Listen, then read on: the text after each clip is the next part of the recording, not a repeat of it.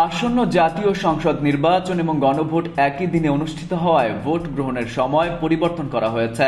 এছাড়াও গুরুত্বপূর্ণ কয়েকটি সিদ্ধান্ত নিয়েছে নির্বাচন কমিশন।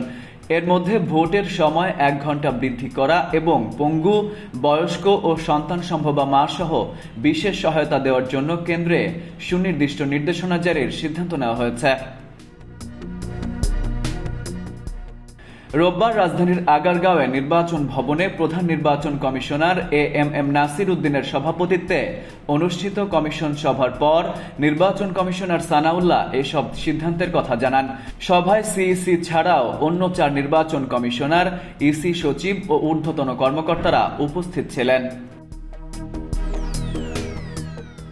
সময় ব্যবস্থাপনার জন্য নেওয়া সিদ্ধান্তগুলো ব্যাখ্যা করে কমিশনার সানাউল্লাহ বলেন, ভোটের সময় 1 ঘন্টা বাড়ানো হয়েছে। ভোট এখন সকাল 7:30টায় শুরু হবে এবং চলবে বিকেল 4:30টা পর্যন্ত।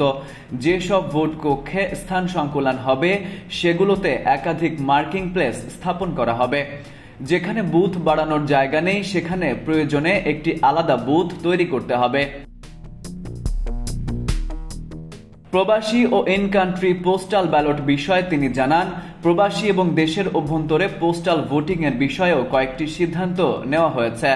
আজ থেকে প্রবাসীদের জন্য পোস্টাল ব্যালট ছাপানোর কাজ শুরু হবে এবং পরশুদিন থেকে বিদেশে পাঠানো শুরু হবে। সেই সঙ্গে পোস্টাল নিবন্ধনের সময়সীমা 25 ডিসেম্বর পর্যন্ত বাড়ানো হয়েছে। এছাড়া তফসিল ঘোষণার দিন থেকে শুরু করে 15 দিন ব্যাপী ইন কান্ট্রি পোস্টাল ভোটিং এর জন্য নিবন্ধন কাজ শুরু হবে। প্রচার সামগ্রী অপসারণ ও নিষেধাজ্ঞার বিষয়ে সানাউল্লাহ বলেন, আচরণবিধি নিশ্চিত করতে প্রচার সামগ্রী অপসারণ এবং অন্যান্য বিষয়ে কঠোর পদক্ষেপ নেওয়া হবে। তফসিল ঘোষণার সঙ্গে সঙ্গে 48 ঘন্টা সময় দিয়ে সব ধরনের প্রচার সামগ্রী সরানোর নির্দেশ দেওয়া হবে।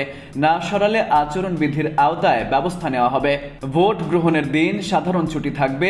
ব্যালট পেপার আগের রাতে দেওয়া হবে। Farid U Ahmed, IBTV USA।